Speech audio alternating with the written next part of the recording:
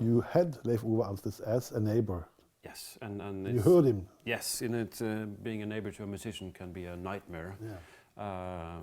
But I was lucky. He was a good musician, so. So I never had to complain about his rehearsals. Actually, we're sitting in your apartment now, and it was here that you made a film. Normally we go to a studio or some other location. Why do you choose to do it in your own flat? Sadomasochism, perhaps? Yes, I think so. Yes, it's... must have been terrible. How long time did you work here? Well, it must be rehearsals and, Yeah. and filming and everything, and so basically you have to... it's like moving, and then not once, but you also have to move back. Yeah, it's always with the so-called good ideas a long time in advance, and when you finally stand there, you regret horribly. But I think, okay, but as long as it's in the service of the artistic product, it is good. So, but I'm not doing it once more. It's quite extreme, the choreography here. Do you have to show it yourself, or how did you work? Well, Dimitri and Line are quite physical and acrobatic. They're able to do extraordinary things to start with, and Dimitri was also originally a circus performer, but it is not about acrobatics, this movie. So we had to find out what kind of what things can we do in this apartment that associates over something emotional. And yes, it is some parts quite impressive and surprising, but that's not the reason why we do it. You know, how can we use an apartment in unusual ways to give a picture of what's going on inside somebody? Leif Ove Andsnes, actually you knew Jo Strømgren from beforehand. Yes, he was my neighbor in Bergen for quite a number of years, actually. So he has heard me play through the floor. Apparently, in his bathroom, they could hear very well when I was in my practice room. But you couldn't hear him dance. No, not very often. But he had a piano himself, and he sometimes thought I was not at home, and then he could play freely. But I did hear him.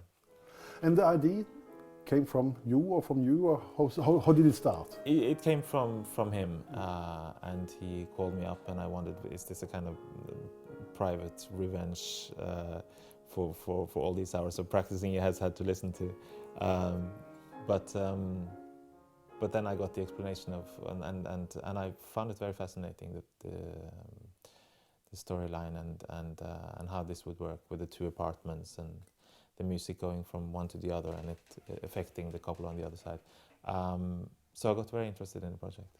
You have made several projects now with different artists. Is that important for you as an artist to meet new challenges?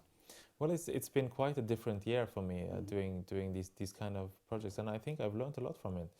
And not least to also to think maybe for the future how can maybe a concert, a more normal concert, be different? How can we do it with lighting or small theatrical aspects to make the music come more directly through to the listeners? It's not so easy these days to come into a big concert hall and there's just a piano and a pianist, and 100 feet away, and you're supposed to be overwhelmed by this music.